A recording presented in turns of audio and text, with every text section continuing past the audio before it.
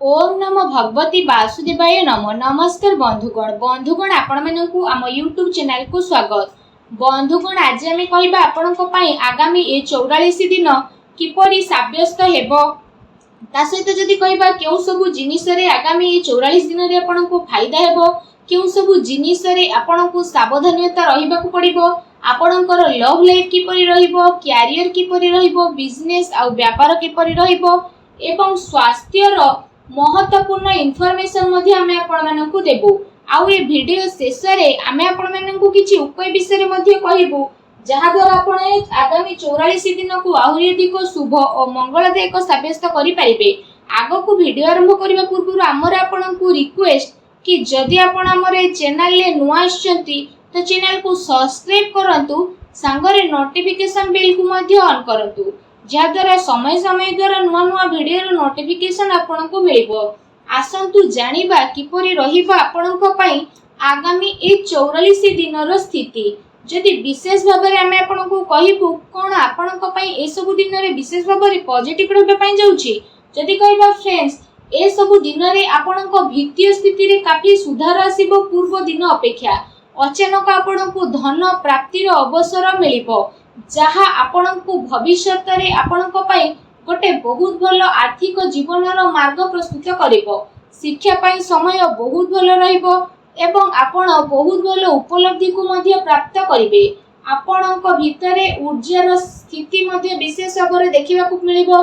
अन्य सह भलो व्यवहार द्वारा आपण दिमाग रे काम करिवे। आपनको संगरे काम करूथुबा व्यक्ति माने आपनको सहाय्य मध्ये प्रदान करिवे।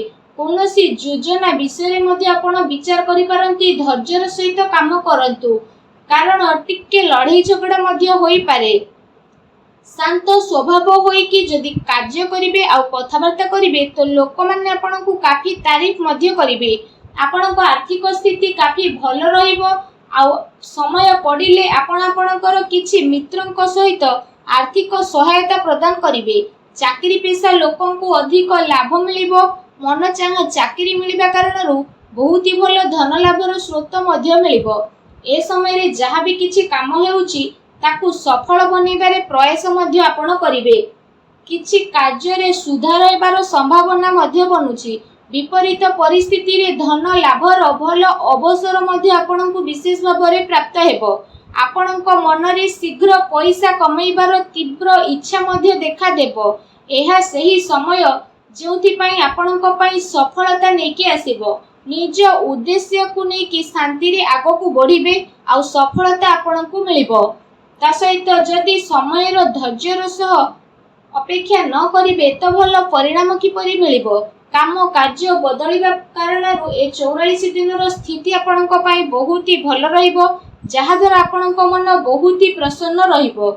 आसंतु जानिबे ए समय रे आपनक पई विशेष भाबरे कोन नेगेटिव रहिबो। आपनको भाई भौणीकर सहयोगिता प्राप्त हेबो आ समाज रे आपनको परिवार रो मान सम्मान बढ़िबो। परिवार रो जरूरत को ध्यान रे रखी कि कार्य आपनको करिबा को पड़िबो जहा केते थर आपनको नियंत्रण रे बाहर रहिबो आ एथि पई आपनको प्रॉब्लम आसी पारे। एहा सहित कोनोसी खास सौदा बा बड़ फैसला थारु बंचे कि रुहंतु कारण जदि किछि फैसला न नेउछंती तो परे असुविधा आसी पारे। केउठे ना केउठे जदि कहिबा परिस्थिति रे रोकावट आसी पारे। जोश रे आसी कि काहाको भी बिना मांगी कोनोसी उपदेश दियंतु नाही। कठिन परिस्थिति द्वारा सब कार्य आपनकर पूर्ण हेबो किंतु अनावश्यक खर्च हेबा कारणरो आर्थिक स्थिति प्रतिकूल होई थाए। लेन देन रे सावधानता रखंतु। पारिवारिक माहौल मध्ये बहुत ही भलो रहिबो किंतु फ्रेंड्स को सह टिके मनांतर मतांतर होई पारे। संवेदनशील मामला रे सावधान रे चलिबार आवश्यकता रहिछि। संसाधन रे खर्च होबा द्वारा मानसिक अशांति तथा चिंतापूर्ण स्थिति मध्ये आसी पारे। आत्मविश्वास रो अभाव रे करा जायतिबा कार्य रे रोकावट तथा बाधा मध्ये आसी पारे। व्यवसायिक दृष्टि रो समय आपनक पई सामान्य मध्ये रहिबो। निजर कार्य योजना को विस्तार देबा आपनक प्रॉब्लम रो कारण मध्ये होई पारे। चिंता एवं मतभेद आपनकु चिड़चिड़ा मध्ये बनाई पारे। आपण आपणकर परिचितंक ऊपर निजर फैसला थुकिबा पई चेष्टा करिवे। एहा द्वारा आपणकु ही नुकसान मिलिबो। सुना जाइतिबा कथा रे आखि बंद करी विश्वास करंतु नाही। सच्चाई को प्रथमे जानिबा पई चेष्टा करंतु, बाणी रे नियंत्रण रखंतु, अन्यथा कଳି झगड़ा हेबार संभावना रहिछि, सावधान रहंतु। आसंतु जानिबा ए समय आपणकर लव लाइफ किपरि रहइबो। कोनोसी प्रकारर यात्रा बा शॉपिंग आदि को नै कथा होई पारे। एमितिरे आपणको मधुर संबंध बनै रखिबा प्रयासर आवश्यकता रहिछि। आपणक प्रयास द्वारा स्थिति अनुकूल मध्य रहिबो। आपण आपणकर संपर्क को नुआ रचनात्मक रे नेबे आउ ताकू मजबूत मध्य करिवे। एहा द्वारा आपण जणे आउ जनक प्रति अत्यधिक आकर्षण अनुभव करिवे, किंतु ध्यान रखंतु मर्यादित आचरण करिबा ही सर्वथा उचित रहिबो। ता सहित आपणक प्रियतम को यह अनुभव करने को पड़िबो कि वास्तव में ए संपर्क आपणक पई बहुत ही महत्वपूर्ण। ता सहित यह आपणक पई सब किछि रहिबो। ए दिन आपणक प्रेम जीवन पई बहुत ही भल दिन साब्यस्त हेबो।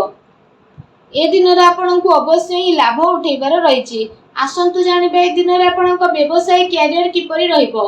व्यापार धंदा आपणकर भल चलिबो। कार्य क्षेत्र रे सफलता मध्य मिलिबो। कार्यभार तो अधिकता रहिबो, जहा द्वारा परिश्रम आपणको अधिक करबाको पड़िबो। आ पूरा दिन आपणकर दौड़ा दौड़ी रे कटिबो। काम कार्य सिलसिला रे कोनोसी छोट यात्रा रे मध्य जीवाको पड़ी पारे, जहा आगो जे आपणक पई काफी लाभदायक हेबो। एहास आपणको धन प्राप्ति रे मध्य अनेक अवसर प्राप्त हेबो, जहा द्वारा आपणक मन मध्य बहुत ही प्रसन्न रहिबो। मेडिकल सह जड़ित छात्रंक पई मध्य ए समय बहुत ही भल रहिबो। चाकरी करुथुवा व्यक्ति विशेषंक पई ए दिन बहुत ही मिलाजुला रहिबो। ता सहित ए 44 दिन रे आपणक व्यवसाय को नै कोनोसी यात्रा करि पारंती, जहार आपणको सकारात्मक परिणाम प्राप्त हेबो। व्यवसायिक दृष्टि रे ए दिनर स्थिति आपणक पई काफी अनुकूल रहिबो। आ ए समय रे किछि भल लाभ मध्य आपणको प्राप्त हेबो, जहार आपणको लंबा समय रु अपेक्षा रहितला। आसंतु जानिबा ए दिन रे आपणक स्वास्थ्य किपरि रहिबो। विशेष भाव में ए दिन में आपण स्वास्थ्य को नहीं आदौ भी चिंतित रहिबार आवश्यकता नहीं, कारण ए समय रे स्वास्थ्य आपण को भरपूर साथ देबो। स्वास्थ्य द्वारा आपण खुशी अनुभव मध्य करिवे। निजे निज को ऊर्जामान एवं चिंता मुक्त मध्य ए समय रे अनुभव करिवे, जहा द्वारा आपण को मन बहुत ही प्रसन्न रहिबो। निज स्वास्थ्य को आउरी अधिक भल रखिबा पई आपण प्रत्येक दिन योग करंतु, व्यायाम करंतु, सुस्थ रहंतु। आसंतु जानिबा ए दिन रे विशेष उपाय कोन रहिछि।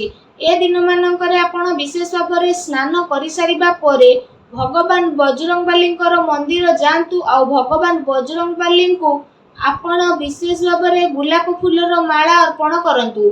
एहा सहित निजर मनोकामना मागंतु। एपरि करिबा मात्रे ही भगवान बजरंगबली बहुत शीघ्र प्रसन्न हेबे एवं आपण समस्त कष्ट को मध्य दूर करिवे। जहाँ भी आपण जीवन में प्रोब्लेम चली सब प्रोब्लेम को दूर मध्य करिवे। ता सहित आपण प्रत्येक दिन हनुमान चालीसा मध्य पाठ करंतु। आउ सूर्य को जलार्घ्य अर्पण करंतु। वीडियो टी केमती लगिला कमेंट करके जणांतु। चैनल नुआ आसिले चैनल को सब्सक्राइब मध्य करंतु। धन्यवाद।